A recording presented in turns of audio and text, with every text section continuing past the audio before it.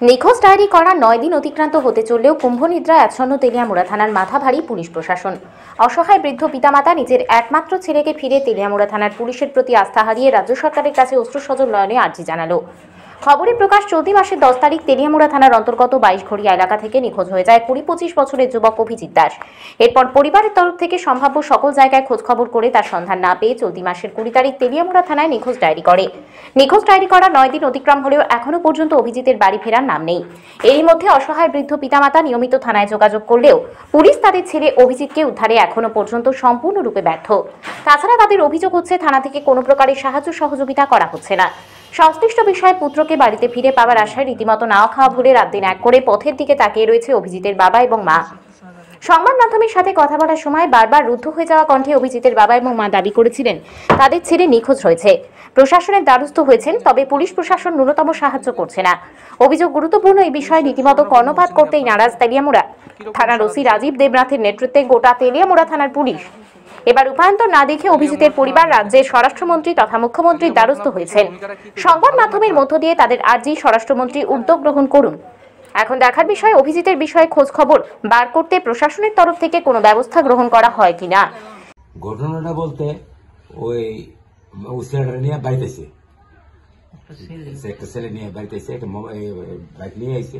আমি ঘরে খাটে শুয়ে রয়েছি, খাটে শুয়ে আমি মোবাইল দেখতেছি। এমন সময় ছেলেটা নিয়ে ঘরে গেছে। এদিন আবার শীত আসলো। কে কে নিয়ে এসেছিল ছেলেটা? আমার ছেলে লোক আইছে। কি নাম আপনার ছেলে? আমার ছেলেটা অভিজিৎ দাস। আচ্ছা, আইসে আয়ের সেটা তারা দুজনে ঘরে গেছে। ঘরে গিয়ে সেটা দেখলাম যে পাক ঘরে গেছে। পাক ঘরটা হলো আমার আমার ঘরে ওই সিটটা। তো পাক ঘরে গেছে, গিয়ে সেটা দেখলাম বাত নিয়ে আইলো। বাত নিয়ে আইসে পরে দিকটা এদিকে লুয়ে আইতেছে ভিতর দিয়ে। আয়ের সেটা তারা এগুলো লুয়ে আইসে, লুয়ে তারা দিয়ে এখন আবার গেছে, গিয়ে সেটা আবার বাত নিচ্ছে। লুয়ে সেটা দিদি দুজনে এগুলো বাত খেতেছে এই ঘরে। এই ঘরে ঘুমায়, এই বাত খেতেছে।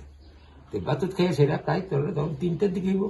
তারা বেরিয়েছে, আমি তো দেখতেছি তারা বেরিয়েছে। বেরিয়েছে ঘরের কথা দুজনে কি কথা কইতেছে, এটা মানে বাবা তো বুঝে যাইতেছে না। তো কইতেছে পরে দিয়া তারা দুজনে কথা তখন সেদিন শীত, তার কাছে সোয়াটার কাপ আছে, মাপলা টুপি একটা মারতে আছে। মানে যে ছেলেটা আছে ওনারা চিনেননি আপনি? না, সেটা আমি কোনদিন দেখছি না। তো চিকনা টাইপের ছেলেটা। আচ্ছা। আর তার বাইকটা ছিল ওইখানে। এমন সময় তারা বেরিয়ে গেছে গা। আমি তার কই যেতেছ? আমি যাবো আয় বসতেছি। তখন 3টা, 3:30 বা 4টের ভিতরে থাকবো, মানে বিকাল। আচ্ছা, ওই তো বেরিয়ে গেল। তারপর তার কোনো কথা নাই। এরপর রাতের বেলা পাইছে না। রাতের বেলা 10টার দিকে আমি ফোন করলাম, সুইচ অফ। এই যে সুইচ অফ হইলো, এখন পর্যন্ত সুইচ অফ। এটা কত তারিখের ঘটনা? এইটা হলো 10 তারিখ। 10 তারিখ আমরা তো একটু 2 দিন আগে হলো না, এটা 27 তারিখ হইল। আচ্ছা। এর মধ্যে আমরা ওই ধীরে ঘুরনে তখন আমার কইতেছে যে এটা তো আমরা দেখতে পারে পিছিয়ে দেন, পিছিয়ে দিলাম। 10 তারিখ করলাম।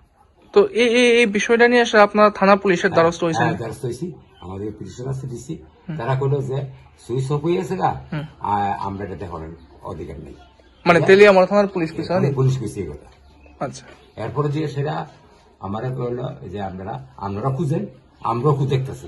আমাদের যে কাজ আমরা কাগজ তখন মানে পুলিশ আপনারা কইছে আপনারা খুঁজতেন, আমরা খুঁজতাম, তারা খুঁজবো। এর মধ্যে ওসি আসলো, ওসি বাড়ি গেছিল, বাড়িতে আইসে আয়সার বসে বসে এটা একটা এন্ট্রি করেন লিখা আর কি কি কারণ তারা এই স্টাফের কি কইছে কইছে কয়টা আপনারা এটা করেন। এখন আপনারা পুলিশ প্রশাসনের তরফ থেকে সহায়তা পাইতেছেন না? আমরা পাইতেছি না দেখি তো আমরা অনুকূল লেভেলে যাওয়ার চেষ্টা করতেছি। কোন থানা? আমরা তেলিয়ামুড়া থানা। তেলিয়ামুড়া থানা। এই কৃষ্ণপুরটা হইলো তেলিয়ামুড়া থানা। আপনার বাড়ি? ওই তো এটা 22ঘড়িয়া। কি নাম আপনার? আমার নাম হরিচরণ দাস। এখন কি চাইতেছেন আপনারা? আমরাও চাইতেছি গভর্নমেন্টের কাছে আমার ছেলেকে ফিরে চাইতেছি, গভর্নমেন্টের কাছে আমাদের হবে। মানে কি মনে করতেছেন, মানে কোন শত্রুতা বা অন্য কিছু এরকম ভাবে? এমন কিছু আমরা পাইতেছি না। তবে ওই ছেলেটারে আমার সন্দেহ হইতেছে, ওই ছেলেটা যে ছেলেটা লগে গেছে। কিন্তু এটা তো আবার ওসি কইতেছে যে ছেলেটা নিয়ে ভাত খাওয়াইছে তারা তো শত্রুতা অন্য কইতারেন না। হইতে পারে তার যে ছেলেটা এক লগে গেছে, আইসে বাড়িতে গিয়ে ভাত খাইছে, ভাত খাই দুজন এক লগে সাইকেল একই সাইকেলটা বেরিয়ে গেছে। আমরা কেমন সন্দেহ শত্রু করি? এই মধ্যে আমার বাড়িতে অনেকে যেতেছে। আমার একটা প্রশ্ন করছে, আপনারা বাইকটা হেঁটে করেন না? আমার বাইকে দরকার হয়তো, তার বাইক তো অনেকদিন বন্ধু বান্ধব তার বাইক আইতেছে, তার লগে আইতেছে। এখন মানে পুলিশ এখন পর্যন্ত কোনো রকমের সহায়তা আপনারা করতেছে না? আমরা গেছি দেখা করছি, তারা কইতেছে আমাদের কোন টাচ পাইতেছি না, যেহেতু মোবাইল আমরা পাইতেছি না। আপনারা কত তারিখে তেলিয়ামুড়া থানায় জানাইছেন ব্যাপারটা? চাইতেছি আমার ছেলে যাতে বাড়িতে, স্বরাষ্ট্রমন্ত্রীর কাছে এটাই আমার দাবি, আমার ছেলে বাড়িতে। পুলিশের শরণাপন্ন হয়েছেন নি আপনারা? কিরকম সারা দিয়েছে পুলিশ? কোনো দিন কোনো আজ পর্যন্ত কোনো সারা পাইছি না আমরা। তেলিয়ামুড়া থানা নেই এটা? হয়তো আমরা থানা। তেলিয়ামুড়া থানা পুলিশের ভূমিকাটা কি করবেন, ভালো না খারাপ? খারাপ, খুব খারাপ। কই আমরা একটু কিছু করতেছে না। একটা ছেলে বাড়িতে নাই, এর কাছে গেলাম সাহায্য লেগে তো কই আর আমরা কিছু করছে না। এখানে উল্লেখ করা প্রয়োজন, তেলিয়ামুড়ার পুলিশ রীতিমতো একের পর এক ব্যর্থতার নজির তৈরি করে চলেছে। সেই জায়গায় দাঁড়িয়ে এখন হারিয়ে যাওয়া বা নিখোঁজ হওয়া অভিজিৎকে খুঁজে বার করার ক্ষেত্রে তেলিয়ামুড়া পুলিশ কেন ভূমিকা পালন করছে না তা কিন্তু রীতিমতো রহস্যের চাদরে আবৃত। তবে এভাবে যদি পুলিশ প্রশাসন সাধারণ মানুষের পাশে না দাঁড়ায়, এভাবে যদি থানার ওসি ইন্সপেক্টর রাজীব দেবনাথের মতো অফিসারদের দৌলতে পুলিশ কলঙ্কিত হয়, তাহলে আক্ষরিক অর্থে রাজ্যের মানুষ কার ভরসায় থাকবে প্রশ্ন কিন্তু উঠছে। সে যাই হোক, অভিজিতের বৃদ্ধ পিতামাতা, পরিবার পরিজন সহ এলাকাবাসী সকলেই চাইছেন সে যেন দ্রুত বাড়ি ফিরে আসে। নিজস্ব প্রতিনিধির রিপোর্ট, ত্রিপুরা পাইওনিয়ার।